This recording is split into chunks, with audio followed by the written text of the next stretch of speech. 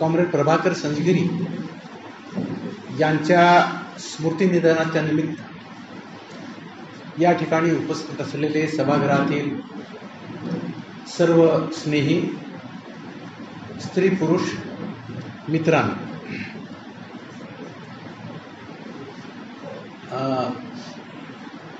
Comrade विवेक मानतोरनी या ठिकाणी comrade Prabhakar संजगिरींच्या संदर्भामध्ये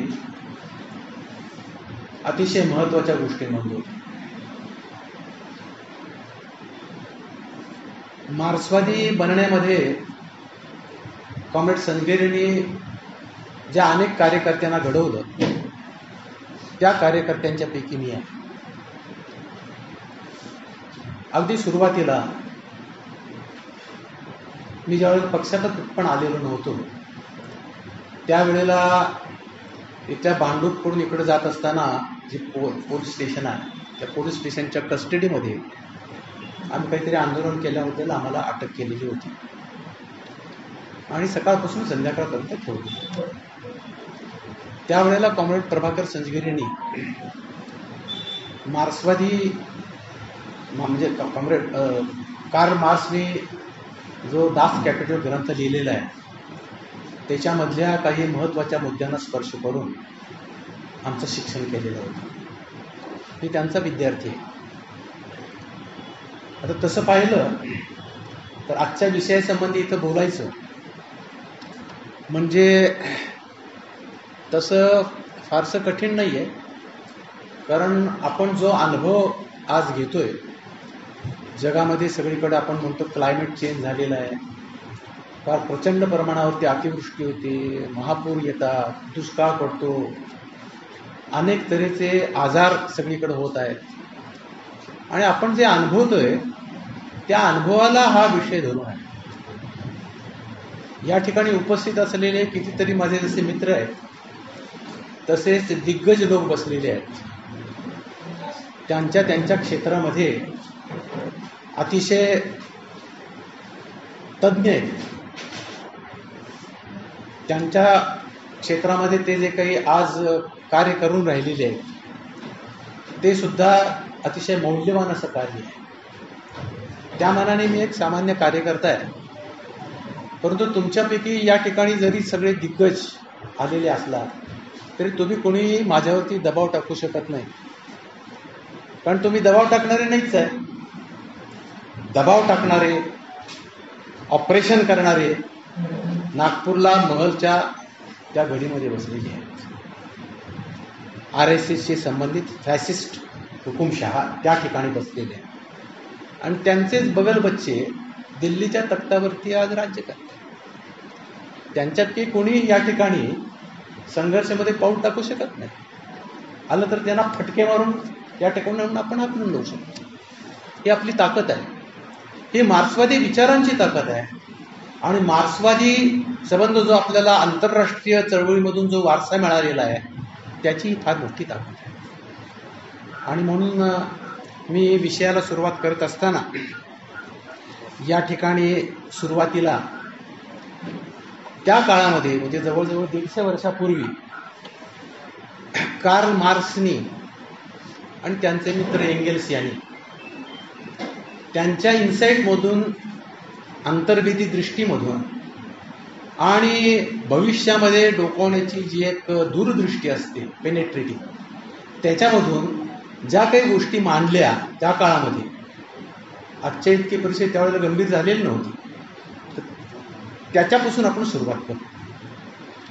माणूस आणखी निसर्गाच्या संबंधांचं कार्ल मार्क्स यांचं विवेचन हे तसं खूप प्रगल्भ आणखी गहनपण आहे. आता मार्क्स यांच्या शब्दामध्ये मी काही कोटेशन वाचतो. Labour, a process between man and nature, a process by which man through his own actions mediates, regulates and controls the metabolism between himself, herself and nature. The distortion, estrangement and ultimate destruction of that metabolism under capitalism constituted a rift in the irrevocable metabolism between human beings and nature. A metabolism prescribed by the natural laws of life itself. Such alienation of nature was inextricable from the alienation of humanity and from the sharp division between town and country. मनुष्य आणि निसर्ग यांचा संबंध कसा प्रस्थापित केला जातो? निसर्ग आणि माणूस हे माणसाने श्रमाच्या माध्यमातून केलेल्या निसर्गाच्या उपयोगातून ज्या काही त्याच्या गरजा भागवणाऱ्या गोष्टींची अर्थनिर्मिती किंवा वस्तुनिर्मिती होते, त्यामधून हे नातं एस्टॅब्लिश होत असतं. पण ही प्रोसेस, ज्याला मेटाबॉलिझम किंवा मराठीमध्ये जरा अवघड शब्द आहे, चयापचय असं त्याला म्हणतात, हे असं मेटाबॉलिझम हा जो संबंध तयार होतो, हे एक जे विशिष्ट रिलेशन तयार होतं त्या दोघांच्या मध्ये, त्यामध्ये कॅपिटलिस्ट प्रोडक्शन सुरू झाल्यानंतर कॅपिटलिझममध्ये, भांडवलशाहीमध्ये, त्याच्यामध्ये फार मोठा दरार निर्माण होतो. आणि हा जो दरार निर्माण होतो तो पुढच्या काळामध्ये सुद्धा सातत्याने पुढेच जातो. एक उदाहरण त्यांनी दिलेलं आहे की कॅपिटलिस्ट ॲग्रिकल्चर किंवा भांडवली पद्धतीनं ज्या वेळेला शेतीची एक उत्पादन ज्या वेळेला सुरू होतं, त्यावेळेला काय काय घडतं? Moreover, all progress in capitalist agriculture is a progress in the art. ती एक कला आहे. कुठली कला बघा? Not only of robbing the labourer but of robbing the soil. श्रमिक माणसांना आणि जमिनीला, मातीला, मातीची लूट करणारी अशा पद्धतीची ही एक विशिष्ट प्रकारची एक प्रोसेस सुरू होते, प्रक्रिया सुरू होते. all progress in increasing the fertility of the soil for a given time is a progress towards ruining the lasting sources of that fertility. जमिनीचे गुणधर्म जे असतात, पृथ्वीचे गुणधर्म जे असतात, पृष्ठभागावरील अतिशय मौल्यवान असे, ती खरं म्हणजे आपली सगळी लाईफ सायकलच असते, आपलं ते सगळं जीवन असतं माणसांचं. परंतु तेच बर्बाद करण्याचा प्रयत्न हा कॅपिटलिस्ट पद्धतीमध्ये सुरू होतो. The more country start it's development on the foundation of modern industry. आधुनिक काळातल्या औद्योगिकरणाच्या बरोबरीनं ज्या वेळेला विकासाची वाटचाल सुरू होते, त्यावेळेस उदाहरण त्यांनी म्हटलं की त्यावेळेला लाईक युनायटेड स्टेट्स, पण सगळीकडेच. For example, the more rapid is this progress of destruction. ही विनाशकारी प्रक्रिया जी आहे तिची पण प्रगती तशीच होत जाते. Capitalist production therefore develops technology. Technology develop केली जाते, तंत्रज्ञान फार मोठ्या प्रमाणावरती भांडवलशी निर्माण करते. And the coming together of various processes into social whole. त्या टेक्नॉलॉजीबरोबर इतरही काही प्रक्रिया असतात, त्याच्यातून एक संबंध सामाजिक असं एकवटले पण तयार होतं. पण हे कसं तयार होतं? Only by sapping the original sources of all wealth, the soil and the labour. सगळ्या संपत्तीचे जे मूलभूत स्रोत आहेत, अंगभूत स्रोत आहेत आपल्या जगामध्ये, ते कोण आहेत? जमीन म्हणजे माती आणखी माणूस. या दोघांना पूर्णपणे नष्ट करून अशा तऱ्हेच्या गोष्टी घडत असतात.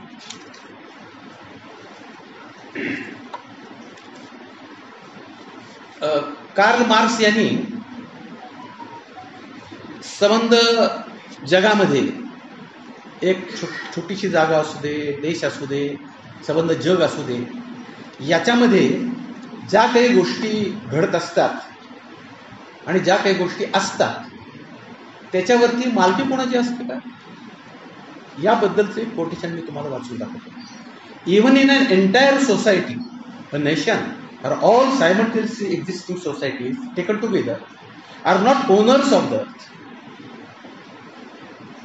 They are simply its possessors, its beneficiaries, and have to bequeath it in an improved state of succeeding generations as good heads of household. म्हणजे याच्यात कोणाची मालकी नाही आहे. हे सगळे जे रिसोर्सेस आहेत, नैसर्गिक साधन संपत्ती जी सगळी आहे, संसाधन, स्वाभाविक संसाधनं जी आहेत, त्याच्यावरती आपण फक्त ताबेदार आहोत, लाभधारक आहोत, त्याच्यापासून आपल्याला काही खूप लाभ होत असतात. आणि म्हणून आपलं कर्तव्य काय आहे, पुढच्या पिढ्यांच्याकडे पण आपण पाहिलं पाहिजे. केवळ आपल्याच याचा स्वार्थ पाहता कामा नये. आपल्याला हवं तेवढं गरजेपुरतं त्याच्यातून घ्यायला हरकत नाही, परंतु जी काही परिस्थिती आहे ती आणखी सुधारून, इम्प्रूव्ह करून ती पुढच्या पिढ्यांच्यापर्यंत सुपूर्त करणं हे महत्त्वाचं काम आपण केलं पाहिजे, असं त्या काळामध्ये मार्क्सने म्हटलेलं होतं. आता कार्ल मार्क्स, एंगेल्स यांनी जी काही संकल्पना मांडलेली होती की समाज कसा असावा, तो समता प्रधान असावा, तो सहभागी जीवन जगणारा असावा. समाजवाद म्हणा, त्याला कम्युनिझम म्हणा, साम्यवाद म्हणा, असा जो समाज आपल्याला निर्माण करायचा आहे, हा समाज निर्माण करत असताना आपण तो समाज कसा असेल याचं एक चित्र उभं केलं पाहिजे मनामध्ये. त्याचं एक स्वप्न पाहिलं पाहिजे. स्वप्नावळ पद्धतीनं नाही, पण तो ड्रीम पाहिलंच पाहिजे.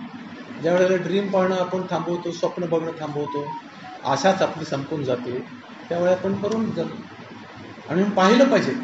तर मार्क्स असं म्हणतात की socialism, communism pointed to society of associated producers, परस्परांच्या मध्ये सहकार्याने उत्पादन करणारे घटक समाजातले, who govern the human metabolism with nature in a rational way. Rational meaning, बुद्धीचा उपयोग करून आपलं जो काही निसर्गाबरोबरचा आपला संबंध आहे तो त्यांनी जपला पाहिजे. With the least expenditure of energy, कमीत कमी एनर्जीचा वापर केला पाहिजे. एनर्जीचा वापर तर करावाच लागतो, काय करावा लागतो, पण इन कंडिशन्स ऑफ मोस्ट वर्दी and appropriate for the human nature. निसर्गाचं संवर्धन करत असताना की जपणूक करत असताना आवश्यक एवढीच एनर्जी वापरून, ऊर्जा वापरून आपण आपल्या गरजा भागवल्या पाहिजे. असं ते समाजवादाचं चित्र त्यांनी उभं केलेलं आहे.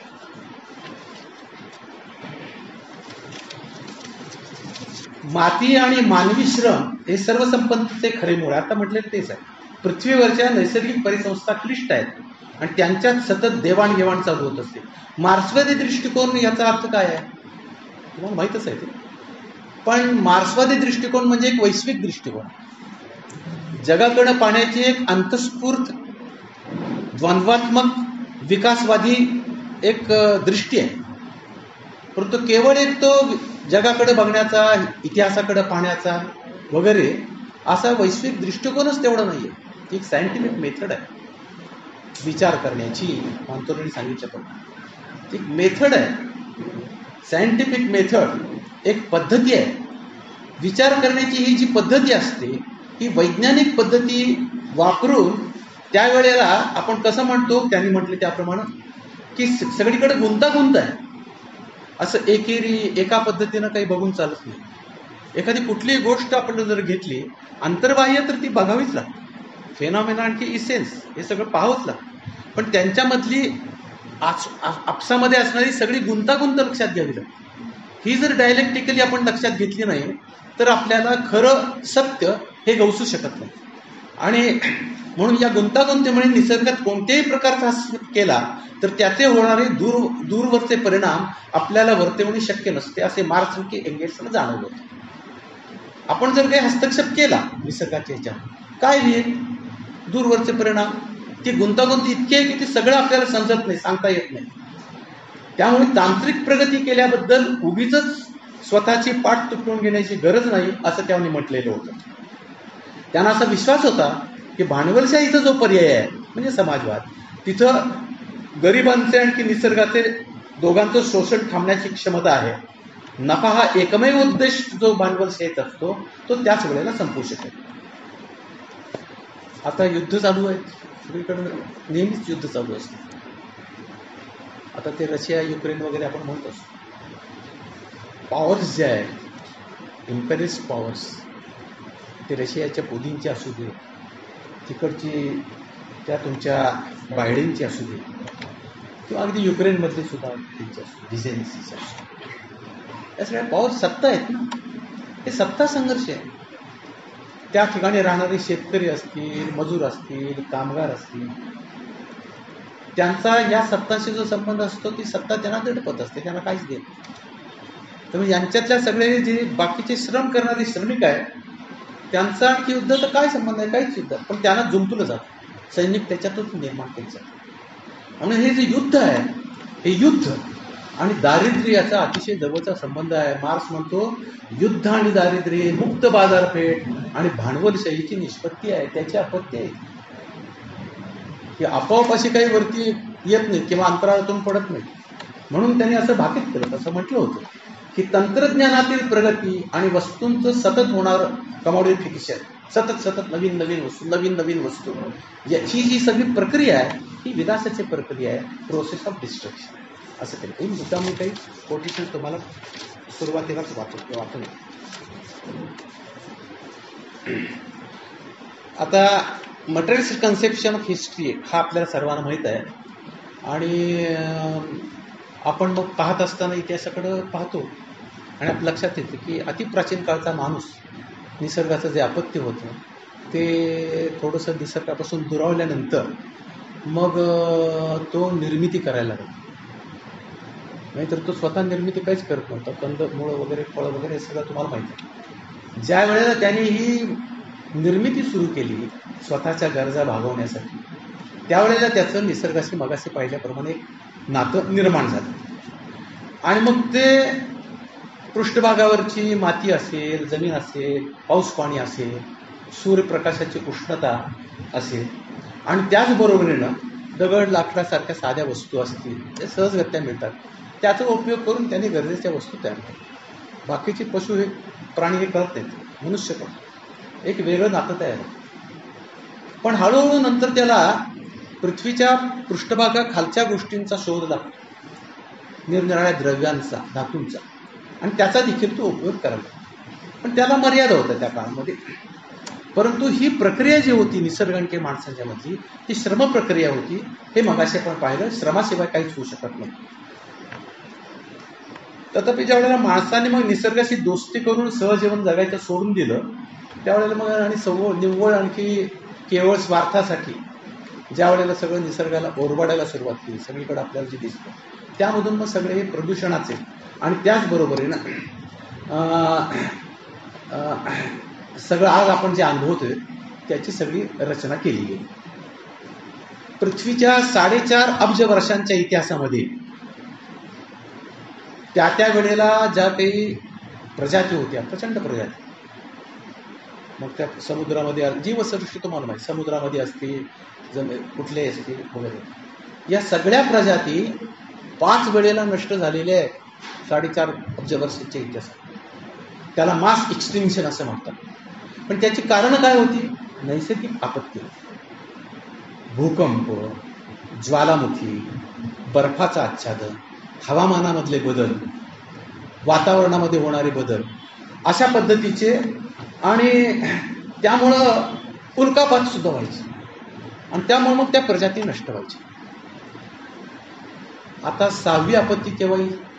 Mass extinction. माणसाने जर आत्ताच, म्हणजे माणसं म्हणजे ते भांडवलचे आणि सगळं जे आहेत ते जे आत्ता संबंध हस्तक्षेप करतायत तो जर थांबला नाही तर माणसाने निर्माण केलेली ही 6वी एक्सटिंक्शन असेल प्रजातीचं. आपण सगळेच नष्ट त्याच्यामध्ये होऊ, कोणीच शिल्लक या ठिकाणी राहणार नाही. आता हे जे आज घडतंय,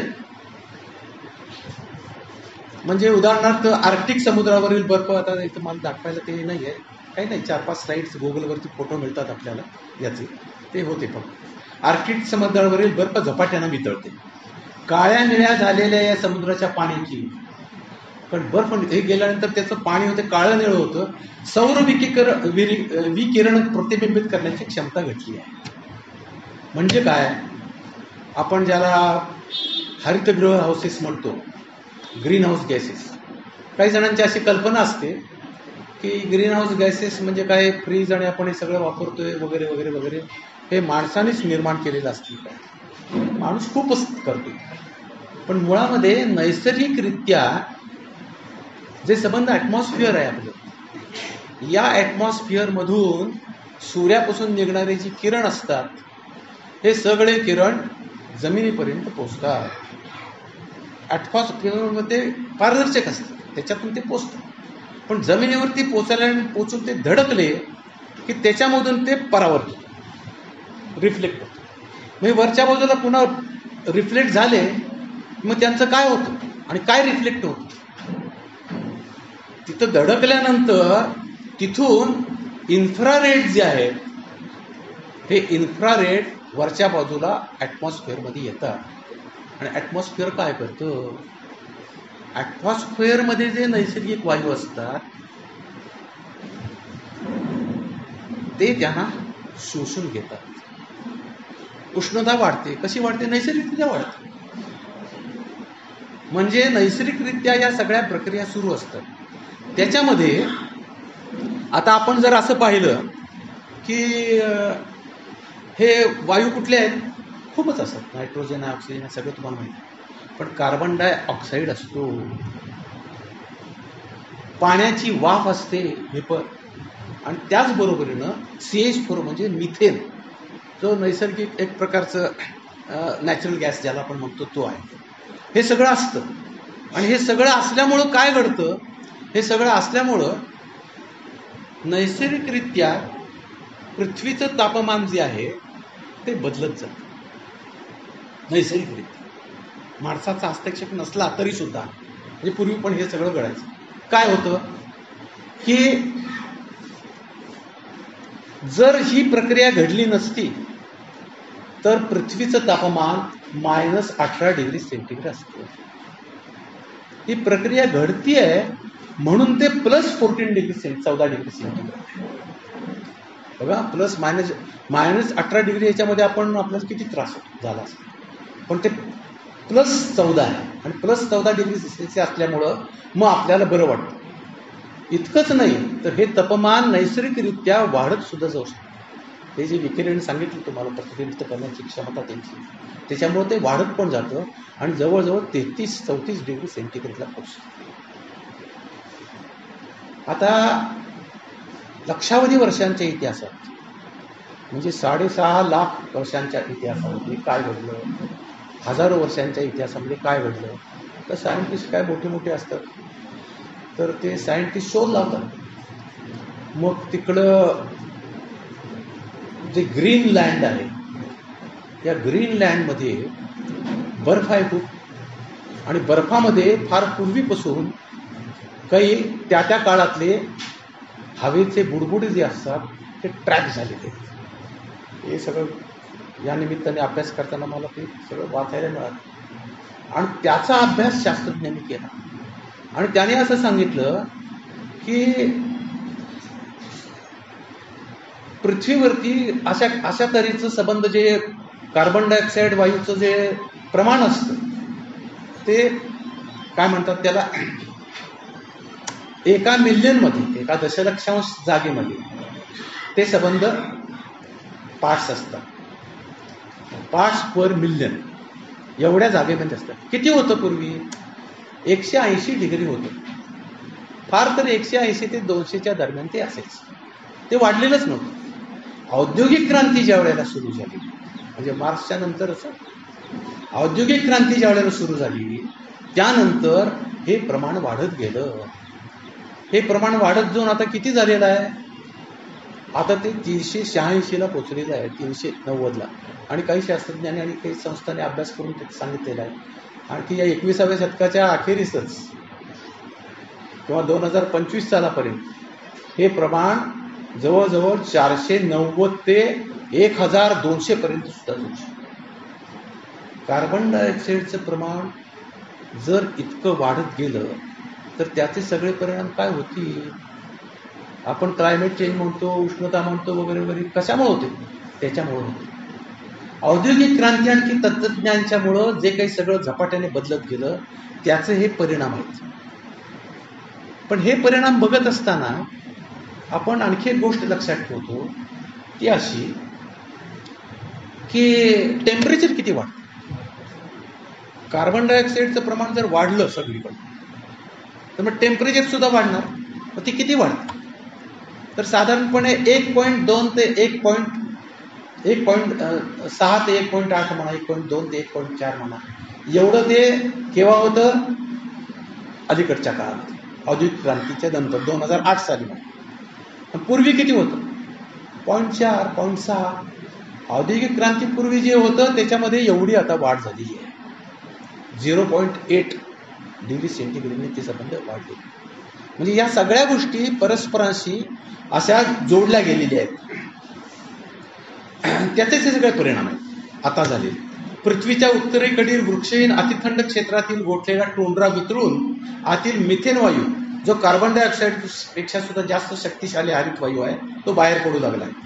कार्बन शोषून घेण्याची महासागरांची कार्यक्षमता ढासळल्यामुळं त्यांची आम्लता वाढली असून त्यामुळे वातावरणातलं कार्बन साचलं. हे संबंध सागर, ओशन सगळे जे संबंध अरबी समुद्र आणि याच्यामधून म्हणजे कसं ते कार्बन शोषून घेत असतात. पाणी जे असतं ते कार्बन शोषून घेतं, परंतु ते कार्बन शोषून घेतल्यानंतर मग त्याची जी आम्लता असते ती एका मर्यादेपर्यंत असते. पण त्याची जर कार्बन शोषून घेण्याची क्षमताच संपुष्टात आली तर मग काय होईल? सगळा हवेमध्ये कार्बन यायला लागले, तो त्या ठिकाणी साचेल, असं झालेलं आहे. हिमालयामधील हिमनद्यांच्या वितरणीमुळे तिथून उगम पावणाऱ्या नद्यांना महापूर येतील आणि नंतर पाण्याचे दुष्काळ पडतील. ब्रह्मपुत्र आहे, गंगा आहे, सिंधू, या सगळ्या नद्या आहेत मोठ्या मोठ्या हिमालयातून उगम पावणारे. ते हिमालयातलं सगळं ते बर्फच व्हायला काय होणार आहे? प्रचंड महापूर येतील, परंतु नंतर पाण्याचं दुर्भिक्ष लागेल. असं म्हटलेलं की 2025 सालापर्यंत जगातील लागवडीखालील 70% शेतीचे क्षेत्र अवर्षणग्रस्त होण्याची शक्यता. महापूर पण येतील, अतिवृष्टी होईल, आणखी नंतर अवर्षण पण. उष्णकटिबंधीय समृद्ध वनसंपत्तीच्या विनाशाचे दुर्गंभीर परिणाम होते. आता अमेझॉनचं जे जंगल आहे, ज्याला रेन फॉरेस्ट जंगल म्हणतात, हे भयंकर सगळं नष्ट होऊन राहिले. आणि आपल्याला माहिती आहे जे सत्ताधीश आहेत ते जंगलं नष्ट करतात. त्या ठिकाणी इंडिजिनियस राहणारे ज्या काही आदिवासी जमाती वगैरे सगळे असतील त्यांना तिथून हाकलून लावण्यासाठी सुद्धा जंगलांचा नाश केला जातो, आगी लावल्या जातात त्या. औष्णिक विद्युत निर्मितीसाठी जीवाश्म इंधनांचा वापर होत असतानाच तो वापर जर असाच होत राहिला, आत्ताच ती सगळी परिस्थिती आलेली आहे, तर समुद्राची पातळी 250 फुटांनी उंच होईल आणि जागतिक सरासरी तापमान हे 2.5 डिग्रीला पोहोचेल. हे भांडूप कसं काय शिल्लक राहील? समुद्राची पातळी जर वाढली 250 फुटांनी तर सगळी मुंबई गेलीच, पाण्याखाली जाऊ शकते. म्हणजे आपला हस्तक्षेप जो आहे मानवी किंवा भांडवलशाहीने केलेला हस्तक्षेप, तो अशा तऱ्हेचे गंभीर परिणाम घडवून आणतो. आता आपण म्हणतो की इंधन कुठलं आहे? आपण वापरतो लाकूड, वापरतो कोळसा, दगडी कोळसा, पेट्रोल, डिझेल, नंतर काही सगळं वापरतो. आणि त्याच्यामुळं कार्बन डायऑक्साईड जो आहे सागरामधला आणखी धर्तीवरल्या जीवसृष्टीला धोका निर्माण झाला, हे आता स्पष्टच झालेलं आहे. परंतु उत्पादनामुळं हे संबंध जे प्रदूषण होतोय आणि त्याचे सामाजिक जे दुष्परिणाम होत आहेत, त्याची किंमत उत्पादकाला, उद्योजकांना, अदानी अंबानी किंवा कोणी असतील, टाटा बिर्ला असतील, यांना काय मोजावी लागते का? काय नाही. त्यांच्या त्या सगळ्या काय ह्याच्यामध्ये बॅलन्स शीटमध्ये हे बाह्य खर्च आहे, एक्सटर्नलाइज्ड कॉस्ट म्हणतात याला. हिशेबाच्या बाहेर ठेवलेले खर्च असतात. अशा बाह्य ठेवलेल्या खर्चाचा भुर्दंड कोणावर पडतो?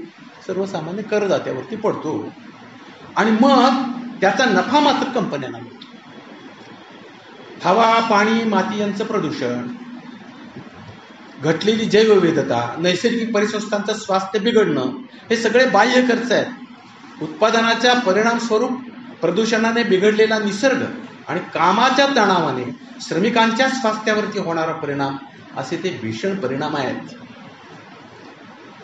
आता या ठिकाणी माझे अनेक गुरु इथेही बसलेले आहेत, पण सुहास परांजपे ज्यांनी दास कॅपिटलचं सुबोध परिचय म्हणून लिहिलेलं होतं, त्यांनी काही गोष्टी मांडलेल्या आहेत.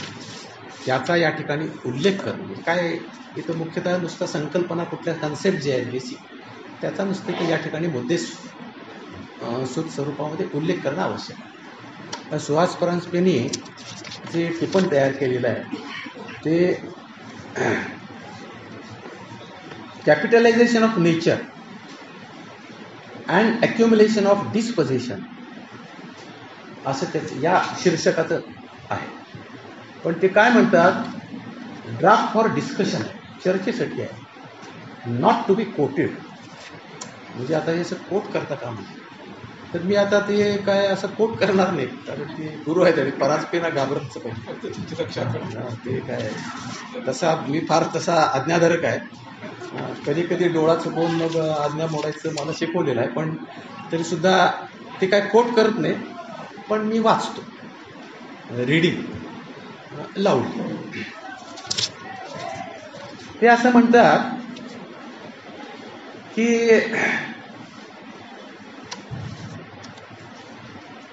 capitalize nature and direct incorporation of the nature into the circuit of capital कसं घडत होतं. प्रिमिटिव्ह किंवा ओरिजिनल अक्युम्युलेशन ऑफ कॅपिटल म्हणजे युजरी वगैरे वगैरे हे सोडून द्या, ह्याच्यामधून निर्माण झालेलं होतं. त्याचं मार्क्सने खूप त्याचे सगळे डिटेल्स दिलेले आहेत. हे ओरिजिनल किंवा प्रिमिटिव्ह अक्युम्युलेशन ऑफ कॅपिटल कसं झालं, तर जे इंग्लंडमधलं उदाहरण आहे, शेतकरी जे शेती करत होते वगैरे वगैरे, त्यांना त्या शेतीमधून हुसकावून लावलं, त्यांची नव्हतीच, हुसकावून लावलं. आणि शेतीचं मोठ्या प्रमाणावरती प्रायव्हेटायझेशन सुरू झालं. म्हणजे प्रायव्हेटायझेशन होतंच, पण जी कॉमन्स होती, सामूहिक पद्धतीची जी काही जमिनी होत्या सगळ्या, किंवा स्टेटच्या मालकीच्या म्हणा अशा असतील, कलेक्टिव्ह सगळ्या अशी जी होती, ही सगळ्या जमिनीचं प्रायव्हेटायझेशन किंवा खाजगीकरण सुरू झालं. ती प्रकृती आपण जे बघतो ते आता त्याच्यामध्येच ती सगळी भर पडली. आणि त्यामधून कॅपिटलचं अक्युम्युलेशन म्हणजे भांडवलाचा संचय होत गेला. मग हा भांडवलाचा संचय होत गेलेला असताना पूर्वी त्याच्यामधून कॅपिटलिझम मग पुढे झालं, नाही तर शक्यच नाही पुढे जाणं. पण ही जी प्रक्रिया आहे, ही प्रक्रिया पुढच्या काळामध्ये वसाहतवाद, इम्पिरियल सगळीकडे नववसाहतवाद या सगळ्या गोष्टी येतात. आणि मग त्या अलीकडच्या काळापर्यंत त्या हार्वेने म्हटल्याप्रमाणे ट्रिप म्हणजे काय आपण म्हणतो, इंटेलेक्च्युअल प्रॉपर्टी राईट्सच्या संदर्भामध्ये केलेल्या सगळ्या ज्या ट्रीटीज वगैरे सगळ्या जे आहेत नंतरच्या काळात, WTO हे सगळं, हे नंतरचं सगळं घडलं. म्हणजे ती प्रोसेस जी आहे अक्युम्युलेशन ऑफ कॅपिटल ही पुढे सुद्धा चालू आहे. आता हे सगळं ठीक आहे, म्हणजे पुढे सुद्धा चालू होते वगैरे, ती चालू राहणारच. पण गंमत अशी आहे, परांजपे असं म्हणतो की भारतासारखा देश जो आहे किंवा पाकिस्तान किंवा बांगला कुठले आहे, या देशाच्या मध्ये आज लोक जगतात कसे. म्हणजे ठीक आहे, आपण म्हणतो की बाबा श्रमशक्ती विकून ते कारखान्यात काम करतील, कंपनीत काम करतील, इकडे तिकडे मजुरी करतील, हमाली करतील वगैरे या सगळं. पण शहरामधले आणखी खेड्यामधले, अगदी अतिदुर्गम भागामधले सुद्धा, आणखी पठारावरचे सुद्धा काही खूप लोक, कोट्यावधी लोक असं जगतात शेतकऱ्यांच्या मध्ये. आपण शेतकरी म्हणतो, सगळं शेतकऱ्यांचे आंदोलन वगैरे सगळी झाली, म्हणजे ते तुम्ही त्याचा अभ्यास करताय. तर हे माणसं जगतात कसे काय, ते की श्रीमंत शेतमालक धनिक आहेत, भांडवली शेतमालक आहेत, कोण आहे ते मूडभर असतात, थोडे असतात. मग हे कोण आहेत, हे जे मूडभर आहेत तेच संकटात सापडायला सुरुवात झालेली आहे आणि ते आंदोलन करून राहिले. तर बाकीचे काय आहे, कसे जगतात. सबसिस्टन्स लेवल आहे, जगण्यापुरतं उत्पादन करणारे कोट्यावधी शेतकरी आपल्या देशामध्ये आहेत. आणि जगण्यापुरतं उत्पादन ते घेत असताना त्यांचा जो निसर्गाशी संबंध असतो तो एका विशिष्ट स्थलकाल बद्धतेच्या आच्छादनामध्ये, त्यांनी शब्द वापरलेले आहेत, त्याचं मी भाषांतर करतोय. स्पेशिओ टेम्पोरल फिक्स हा जो संबंध स्थलकाल बद्ध अशा तऱ्हेच्या संबंध त्या ह्याच्यामध्ये ते जे जगतात आणि उत्पादन करतात, ते काय कॅपिटलिस्ट पद्धतीचं उत्पादन नाही आहे. तो मोड ऑफ प्रोडक्शन कुठला आहे, तो मोड ऑफ प्रोडक्शन प्री कॅपिटलिस्ट अशा पद्धतीचा आहे. म्हणजे ज्या ह्याच्यामध्ये ऑर्गॅनिक कॉम्पोनंट आपण म्हणतो तो खूप फारच कमी आहे वगैरे. तर ते जे शेतकरी उत्पादन करतात आणि त्यांचा जो निसर्गाशी संबंध येतो, तो संबंध कसा असतो. कॅपिटलिझम येण्याच्या पूर्वी अनेक ठिकाणी आपल्याला असं दिसतं की माणसं निसर्गामधून जे उत्पादन घेत होते त्यावेळेला त्यांच्या आजूबाजूचं संबंध जे काही भोवताल होतं, हे भोवताल इकॉलॉजिकली म्हणजे पर्यावरणाच्या दृष्टीने, परिस्थितीकीय दृष्टीने हे कसं होतं, म्हणजे जे आहे त्याचं संतुलन टिकवणारं होतं. उत्पादन तर होतच होतं, परंतु आहे ही संबंध परिस्थिती म्हणजे जमिनीचं काय हे असेल, पोषकता असेल किंवा बाकीच्या सगळ्या ज्या काही नैसर्गिकरित्या आवश्यक अशी पोषक परिस्थिती असेल उत्पादनासाठी, त्याच्यामध्ये रिप्रोडक्शन होतं, पुनर्निर्माण होतं. निर्माण आणि पुनर्निर्माणाची सातत्याने चालणारी जी प्रक्रिया असते ती ज्या काळामध्ये होत होती त्यावेळेला आत्ताच्या सारखे प्रदूषणाची अवस्था नव्हती. प्रदूषणाचं ऐतिहासिक संचित त्यावेळेला निर्माणच होऊ शकत नाही. ते नंतरच्या काळात आज हे जे करतात त्याच्यातून आपल्याला काय दिसतं, तर सुहास परांजपे म्हणतात की त्यांचा जो आज आहे तरी त्या ठिकाणी ते अजूनही तसं करायचा प्रयत्न करत आहेत, पण ते टिकू शकत नाही. काय होतं, कॅपिटलायझेशन ऑफ नेचर, म्हणजे निसर्ग जो आहे तो कॅपिटलिझम स्वतःच्या मध्ये सामावून घेतो. निसर्गाला सामावून घेणं म्हणजे काय, निसर्गाला माणसाने सामावून घेऊन इकॉलॉजी वाढेल चांगल्या पद्धतीने, तसं नाही. म्हणजे कॅपिटलिझम नेचर म्हणजे निसर्गाला कॅपिटलिझम त्याचा गुलाम बनवतो. आणि मग हे होत असताना हे जे शेतकरी आहेत सगळे किंवा स्वतःची उपजीविका करणं, ती जी सगळी हाऊस होल्ड्स आहेत कशी बशीची जगत आहेत सबसिस्टन्स लेवलला, त्यांना देखील तो संबंध कॅपिटलिझम स्वतःच्या ताब्यामध्ये घेतो. किती दूर असलं तरी त्यांना ताब्यामध्ये घेतो. नर्मदा नदीच्या काठी असू देत, कुठेतरी अगदी दूर, त्यांना सुद्धा आपल्यामध्ये घेतो. आणि त्यांनी निर्माण केलेला जो माल आहे, काय थोडाफार शेतीमाल असेल, हा ते मुख्यतः स्वतःला खाण्यासाठीच वापरतात, बरोबर आहे. पण तरी सुद्धा काही गोष्टी असतात, कापसासारखी गोष्ट असेल, आणखी दुसरी कुठली तरी गोष्ट असेल की ते काही घरी त्यांना खाता येत नाही. मग ते काय, मग ती जी कमॉडिटी आहे ती कमॉडिटी म्हणून बाजारात आणली जाते. म्हणजे कॅपिटलिझम आज काय करतो, या सगळ्या लोकांचं जीवन उद्ध्वस्त करण्यासाठी एकतर डायरेक्टली त्यांच्यावरती हल्ले करून किंवा त्यांना तिथून हुसकावून लावून हे करण्याचा प्रयत्न करत असताना थोडंसं वेगळं टर्न पण त्याला देण्याचा प्रयत्न. पूर्वी जसं जबरदस्तीनं त्यांना काढलं गेलं, म्हणजे स्टेटचा उपयोग करून, राज्यसत्तेचा उपयोग करून. कारण राज्यसत्तेचा उपयोग काय करते, राज्यसत्ता काय करते, राज्यसत्तेचे मुख्य गुणधर्मच असे आहेत की त्यांच्याकडं संबंध जी मोनोपोली ऑफ व्हायलन्स आहे, म्हणजे संबंध हिंसेची जबरदस्त अशी मक्तेदारी आहे त्यांच्याकडे, त्याचा ते वापर करू शकतात. आणि कायदे काय करायचे वगैरे वगैरे संबंध लेजिटिमाइज करतात, लिगलाइज काय करायचं वगैरे त्यांच्याचकडे सगळं आहे. आज काय आहे, आज तेच आहे सगळं त्यांच्याच ताब्यात आहे. मनमोहन सिंग असतील, मोदी असतील, हे मुखवटे आहेत. त्याच्या मागे जी सत्ता बसलेली आहे ही सत्ता लुटारूंची सत्ता आहे ना, आणि आता ती वित्त भांडवलाची सत्ता आहे. हा जो संबंध फायनान्स, क्रेडिट वगैरे सगळं आहे, आणि त्यांनी निर्माण केलेले संबंध आंतरराष्ट्रीय संस्था जे आहेत ते सगळ्या त्याच्यावरती आघात करत आहेत. आणि ते आघात होत असताना फार वाईट असे दुष्परिणाम होतात. आता आपल्या देशामध्ये वर्ग आहेत, जाती आहेत आणि लिंगभाव आहे, जेंडर आहे. या सगळ्या गोष्टींच्यामुळे छिन्नभिन्नता असा संबंध समाज सगळा पोखरून निघालेला आहे. तो कायसा जैविक एकता त्याच्यामध्ये नाही आहे, एकसंधपणा नाही आहे. आणि म्हणून समजा कोणी काही एखादा उठाव केला, काय केलं तर संबंध चिरडलं जातं. एवढं आंदोलन जातं, चिरडण्याचा संबंध प्रयत्न केला. भयानक गोष्टी काय आहेत, कारण तो व्हायलन्स जो आहे त्याची जी त्यांची मोनोपोल आहे ती ते त्या ठिकाणी वापरतात.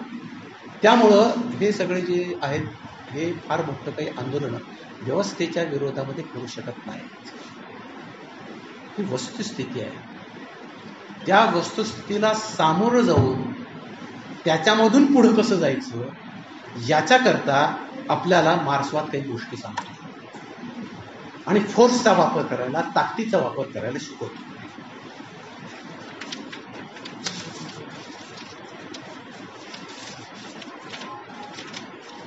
आता आता वेळेचं भान राखून काही संकल्पना आपण स्पष्ट करून घेऊया.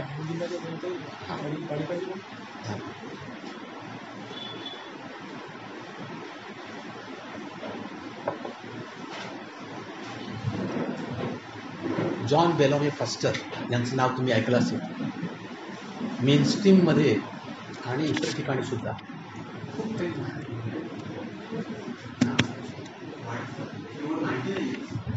त्याच्यामध्ये खूप चांगल्या पद्धतीचं नॉलेज पण साठवलं. तर शाश्वत विकासासाठी आपण म्हणतो सस्टेनेबल डेव्हलपमेंट, शाश्वत विकास पाहिजे. त्याच्यामध्ये खंड पडता कामा नये, निरंतरचा पाहिजे. का?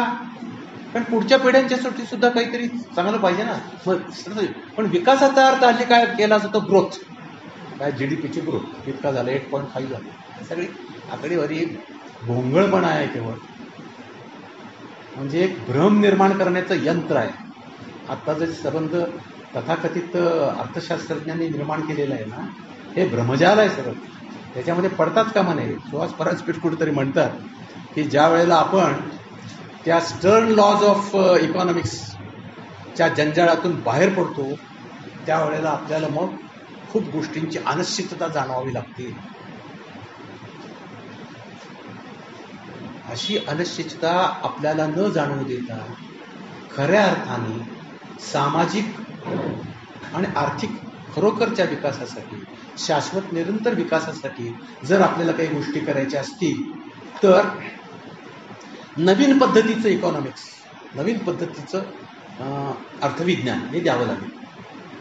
आता कसं आहे की भांडवलशाहीमध्ये सुद्धा जे त्यांचे तज्ज्ञ लोक असतात त्यांना सुद्धा सगळं जाणवत नाही. काय ते काय फक्त गरिबांनाच ते काय प्रदूषण आहे, काय कोविड काय त्यांनाच होतो, काय सगळ्यांना होतो.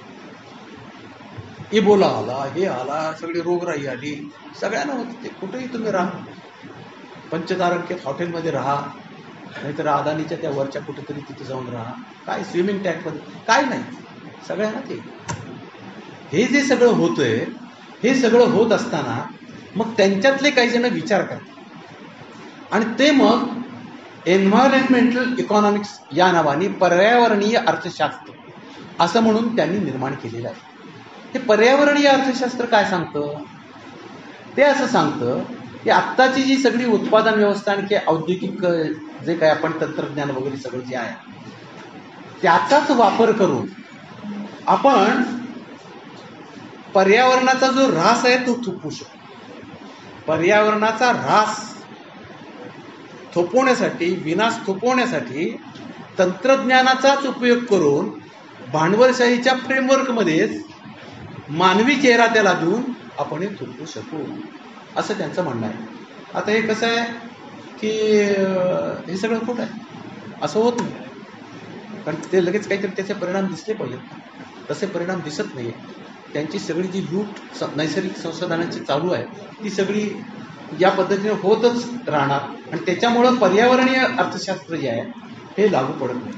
मग याला दुसरं कुठलं आहे? इकॉलॉजिकल इकॉनॉमिक्स, म्हणजे परिस्थितिकीय. आता तुम्ही म्हणाल की परिस्थितिकीय इकॉलॉजी म्हणजे काय म्हणाल, ते जरा अवघड आहे. अवघड आहे, बरोबर आहे, पण परिसंस्था आहेत.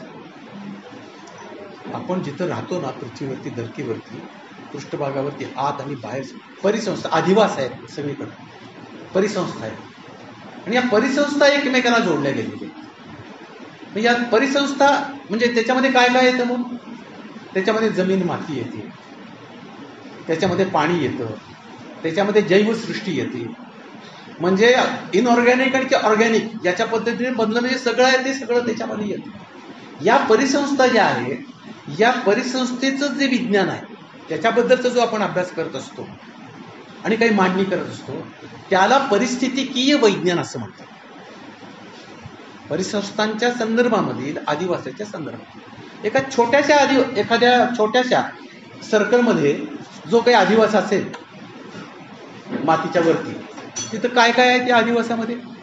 माती आहेच, पण एका अर्थाने ती मृत आहे असं पण. पण त्याच्यामध्ये लहान लहान लहान लहान कृमिकीटक आहेत, अनेक प्रकारची पोषक द्रव्य आहेत, ह्याच्यामधून हवेमधून काय शोषून घ्यायचं, नायट्रोजन वगैरे, त्याच्यामध्ये फॉस्फरस, खूप सगळ्या गोष्टी आहेत.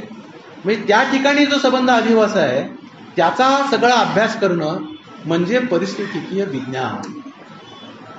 म्हणजे मोठं मोठं होत जातं, नद्यांच्या खोऱ्यापर्यंत जातं, देशाच्या याच्यामध्ये येतं, समुद्राचा पृष्ठभाग, मधली खोली, आत समुद्राच्या आत असणारे डोंगर, त्याच्या खाली, म्हणजे आपण असं सगळीकडचं जर पाहिलं त्याच्याबद्दलचा अभ्यास म्हणजे परिस्थितीचा अभ्यास. आणि इकॉलॉजी म्हणजे हे संबंध, एक सिस्टीम आहे, इकॉलॉजिकल सिस्टीम आहे संबंध, सगळीकडून अशी घेतली. या इकॉनॉमिक सिस्टीम मध्ये काय घडतंय हे सगळं पाहणं, आणि मग तिथं जे काय घडतंय ते जर काही चुकीचं घडत असेल तर त्याला योग्य पद्धतीनं वळणावर आणण्याचा प्रयत्न करणं म्हणजे परिस्थितीकीय अर्थशास्त्राचा वापर करणं. ही ती परिस्थितीकीय अर्थशास्त्राची संकल्पना आहे. आता लिओपोल्डचं नाव तुम्ही ऐकलेलं असेल. तर लिओपोल्डनी एक अतिशय सँड कंट्री अल्मॅनॅक नावाचं पुस्तक लिहिलं. खूप गाजलं. गाजायचं कसंच कारण आहे, अभ्यास करून लिहिलं, संशोधन करून लिहिलं. तो असं म्हणतो की मुळामध्ये the land is community is the basic concept of ecology.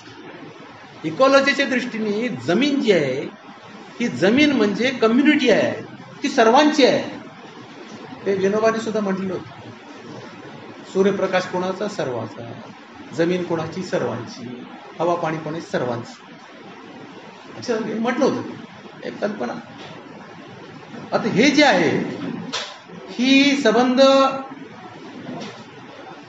जमिनीवरती कोणाची मालकी नाही, आपण ताबेदार, पण या जमिनीवरती प्रेम केलं पाहिजे, या जमिनीचा आदर केला पाहिजे. We should love land, we should respect land is an extension of ecological ethics किंवा ethics is a ecological ethics. म्हणजे परिस्थितीकीय नैतिकता म्हणजे काय हे लक्षात घेतलं. ही परिस्थितीय नैतिकता जोपर्यंत आपण आपल्यामध्ये बोलवून घेणार नाही आणि त्या दृष्टीनं पाहणार नाही तोपर्यंत आपण देखील वेगळ्या चुकीच्या पद्धतीनं वागत राहू. आणि म्हणून या संबंध ह्याची जी इंटिग्रिटी आहे, स्टॅबिलिटी आहे, आणि त्याचबरोबर ब्युटी ऑफ बायोटिक कम्युनिटी आहे जमिनीची, ही जपली पाहिजे. म्हणजे निसर्गाचं सौंदर्य आणि निसर्गाचं अंगभूत मूल्य ही जपण्याची नैतिक जबाबदारी आपल्यावरती आहे. आणि त्याचबरोबरीनं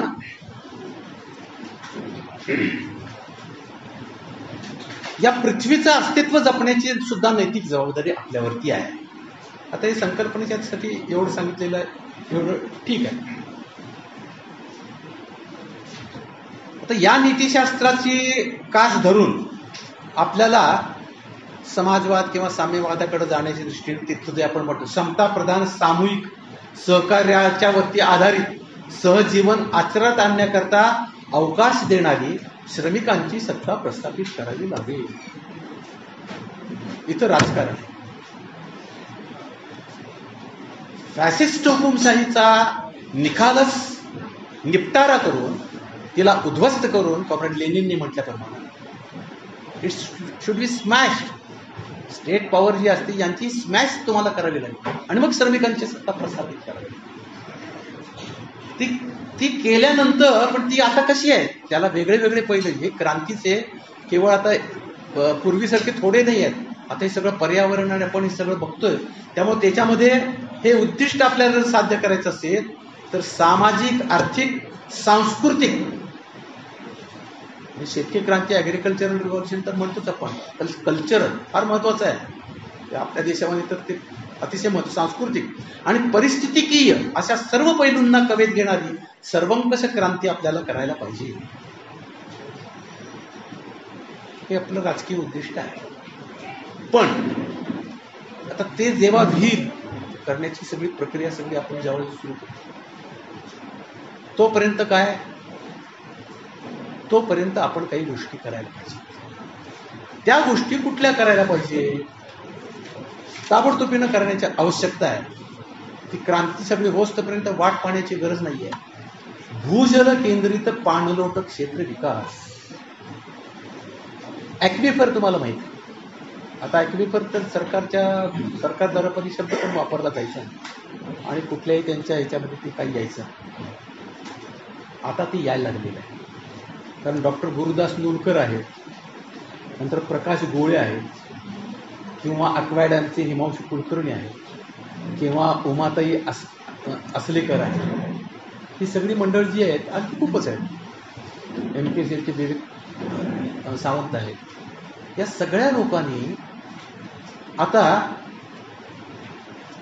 ॲक्विफर बद्दल किंवा भूजल केंद्रित अशा पद्धतीच्या क्षेत्र विकासाच्या बद्दलचा आग्रह धरला. का?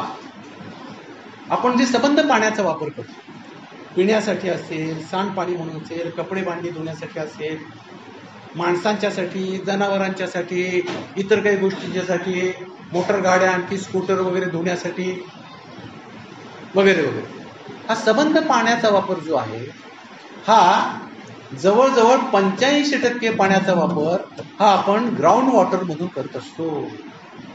जमिनीच्या खालच्या स्तरामध्ये जे स्रोत आहेत, जे जलस्रोत आहेत, ते जलस्रोत म्हणजे कसे आहेत? ते जलस्रोत पण आहेत आणि ते प्रवाही पण आहेत, ॲक्विफर्स आहेत. हे भूजल स्रोत जे आहेत, या भूजल स्रोतचा वापर आपण 85% करतो. धरणं आहेत, हे आहे, ते आहे वगैरे, तलाव आहेत वगैरे वगैरे, याचा थोडा असतो. ही गोष्ट आपण लक्षात ठेवू. म्हणून त्याच्यावरती केंद्र केलेला पाणलोट क्षेत्र विकास हा करायला पाहिजे. अधिकाधिक वृक्षांची लागवड आणखी पुरेशी जोपासना केली पाहिजे. आता सगळं जाहिरात पण त्याच्या होतात वगैरे वगैरे. पण कोणाचं घ्यायचं? डॉक्टर मियावाकी जपानमधले फार मोठे हे आहेत. तर त्यांनी मियावाकी पद्धतीची जंगलं लावण्याने सांगितलं.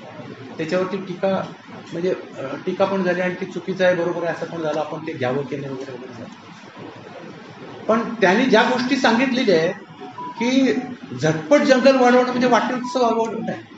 त्यासाठी काय किती बाय कितीचे खड्डे खणायचे, त्याच्यामध्ये कुठल्या प्रकारची खतं टाकायची, मॅन्युअर टाकायचं, हे करायचं वगैरे सगळं. आणि ते सगळं केल्यानंतर ते आधी उन्हामध्ये टाकून ठेवायचं. आणि इंडिजिनियस म्हणजे त्या ठिकाणी उपलब्ध असणाऱ्या वनस्पती नष्ट झाल्या असतील, पण त्या ठिकाणच्या हवामानामध्ये ज्या पूर्वीपासून होत्या त्याच वनस्पतींची लागवड करायची. दुसरीकडे आणून करायला हरकत नाही, पण ती फारसा त्याचा उपयोग नसतो. आता केलं जातं, प्रयोग करून बघायला हरकत नाही. परंतु त्या भागामध्ये जे काही मिळत असतील त्याच वनस्पतींची लागवड करून एका विशिष्ट शास्त्रीय पद्धतीनं जर आपण जंगल वाढवण्याचा प्रयत्न केला तर ते योग्य आहे असं आता जवळजवळ मान्य केलं जातं. नैसर्गिक संसाधनाचं पुनरुज्जीवन. नैसर्गिक संसाधनं जी आहेत सगळी, याचं पुनरुज्जीवन करायचं. आता सगळं सगळं नष्ट झालेले महाराष्ट्रामध्ये म्हणजे काय 23% तर सोडूनच द्या, 11% सुद्धा जंगल. हे सगळं तिकडं भंडाराकडे आहे. हा संबंध वेस्टर्न घाटचं सगळं आहे, कोकणपट्टी सगळं, हे सगळं उद्ध्वस्त करत नाही. कोणाचं काय ते मानत नाही. अवस्था फार वाईट आहे औद्योगिकरणा किंवा ह्याच्यामध्ये, पण त्याची जपणूक करण्याची आत्तापासूनच फार गरज आहे. मग तसं जे कोणी मांडतात त्यांचं म्हणणं हे आपण अंमलामध्ये आणलं पाहिजे. आता रासायनिक खतांच्या ऐवजी सेंद्रिय खतं वापरावी, मिश्र पिकी संजीवक शेती करावी वगैरे. आता वर्ध्याचे अशोक बंग आहेत, चेतना विकास, त्यांनी सांगितलेलं आहे. एका काळाची क्रांती तुम्ही वाचलं असेल, काय त्यांचं नाव, मासानोबु फुकुओका. तर त्यांनी जे दिलेलं आहे ते केवळ काहीतरी भाताचं पीक वाढवण्यासाठी काहीतरी नाही आहे. एकूणच संबंध वनस्पती जी आहे त्या कशा वाढवल्या पाहिजे, फ्लोरा आणि फॉन्टा कसं निर्माण केला पाहिजे, त्याबद्दल त्यांनी त्या सगळ्यांनी जे मार्गदर्शन केलेलं आहे त्याचा उपयोग खूप ठिकाणी करतायत. हे काय होत नाही, सगळीकडे करतायत. आणि ते प्रयोग आपण आणखी जास्त पद्धतीनं केले पाहिजे. नंतर सार्वजनिक मालमत्तांची आणखी यांची सोयी काळजीपूर्वक जतन हे आपण पाहिलेलंच आहे. मग काय, आता पॉलिस्टरऐवजी सुती कपडे वगैरे घातले पाहिजे, प्लास्टिकच्या ऐवजी कापडी आणखी कागदाच्या पिशव्या वापरल्या पाहिजे. आणि मग त्या लाईफस्टाईल, आता असं आहे की आपण भांडवलशाहीमध्ये जगतो. भांडवलशाहीमध्ये जगत असताना आपल्यावरती काही संस्कार, पूर्वसंस्कार म्हणा काय असेल, हजारो वर्षांचे, हे आपल्या देशातल्या व्यवस्थेने निर्माण केलेले असतात. आणि संस्कारांचं हे संचित असतं ते जाणीवेच्या पातळीवरती आणखी नेणीवेच्या पातळीवरती दोन्हीकडे असतं. ते घुसून बसलेलं असतं आणि ते कधी उफाळून बाहेर येईल काय सांगते. त्या सगळ्याचं एकूण सगळी गोळाबैल जे होते सगळं एकत्र, म्हणजे इक्लेक्टिकल नाही पण सर्व बाजूनी असं एकवटून जो काही आपण वागत असतो तो त्याच्यातून वागतो. मग मी दुसऱ्याबरोबर, दुसऱ्या माणसाबरोबर वागतो, मी निसर्गाबरोबर वागतो, मी माझ्याशीच वागतो. कसा वागतो हे त्या संचिताच्या वरून ठरलेलं असतं. आणि मगाशी बघितल्याप्रमाणे ही जाती व्यवस्था आहे, स्त्री पुरुष विषमता आहे वगैरे वगैरे, बाकीच्या सगळ्या गोष्टी आहेत. या सगळ्याच्या ह्याच्यामध्ये आपण जे वागतो या वागण्यामध्ये मी काहीही बदल करणार नाही. आणि मग मी इकॉलॉजी सिस्टीम जी आहे ती करण्यासाठी धडपडेन, काही होणार नाही. नुसती तोंडाची वाह आहे, प्रत्यक्षामध्ये असं करताच येत नाही. जोपर्यंत विचारामध्ये बदल होत नाही तोपर्यंत तुमच्या कृतीमध्ये बदल होणं शक्य नाही. कृती ही विचाराला पोषक अशा पद्धतीचं खाद्य पुरवू शकते, पण कृती पूर्वीसारखीच राहिली तर विचार आपोआप बदलू शकत नाही. आणि म्हणून आपल्या विचारांच्या मध्ये बदल करण्यासाठी आपल्या वागणुकीमध्ये बदल करायला पाहिजे. आपल्या वागणुकीमध्ये बदल करायचं म्हणजे आपली लाईफस्टाईल, जीवनशैली ही साधी ठेवली पाहिजे. तर साधी जीवनशैली कशी काय ठेवायची? कंझ्युमरच्या संबंध जंजाळामध्ये न अडकता साधी राहणी ठेवणं म्हणजे कसं काय करायचं याच्याबद्दलचे खूप चर्चा होऊ शकते. गांधींच्या सारखं पंचा नेसूनच मग करायचं काय? शर्ट पॅन्ट घालायचं की नाही? काँग्रेस अधिकारी होते, आणखी बाकीचे सगळे कम्युनिस्ट नेते होते, अर्धी चिठ्ठीच घालायची, वरती एखादं कुर्तं असायचं. साधी राहणी याचा अर्थ काय याच्यावरती चर्चा झाली पाहिजे ना. अंगभर वस्त्र नेसू, पोटभर अन्न खाणं, गरजेपुरतं, हव्यास न करता ॲव्हरेज बाजूला ठेवून हे करणं, हे आपण करू शकतो की नाही? केलं पाहिजे ना, करावंच लागते. नाहीतर मग अपचन होतंय, रोगराई होती, म्हणजे माणसं मग करायचं. मग डॉक्टरनी सुचवायच्या वाट कशाला बघतोस? आपण स्वतःहून सुद्धा काहीतरी विचार करून आपल्यामध्ये बदल घडवून आणले पाहिजेत की नाही? आणि ते बदल घडवून आणण्यासाठी आपण सर्वांनी प्रयत्न केले पाहिजेत. आपल्यापुढं असे खूप आदर्श इतिहासामधून सुद्धा मिळण्यासारखे आहे. क्रांतिकारकांनी सुद्धा आपल्यासमोर ते आदर्श ठेवलेले आहेत. ते आदर्श आपल्यासमोर ठेवले पाहिजे आणि तशा पद्धतीनं वागण्याचा प्रयत्न केला पाहिजे. एवढीच मी आग्रहाचं विनंती म्हणा तुम्हाला सगळ्यांना करतो. मला जमेल तेवढं मी या ठिकाणी मांडण्याचा प्रयत्न केलेला आहे. आम्ही जे काही त्या ठिकाणी काम करतोय ते इकॉलॉजिकल सगळी सिस्टीम आहे त्याचं रिस्टोरेशन करण्याचा जो प्रयत्न करतोय ते बघण्यासाठी तुम्ही शहादे तालुक्याला सर्वांनी जरूर यावं अशा पद्धतीचे एक आमंत्रणसुद्धा तुम्हाला देतो. आणखी तुम्ही सगळ्यांनी त्या ठिकाणी यावं आणि तुमची राहण्याची जेवणाची व्यवस्था आम्ही सगळी करू अशी ग्वाही तुम्हाला देतो आणि या ठिकाणी थांबतो. धन्यवाद.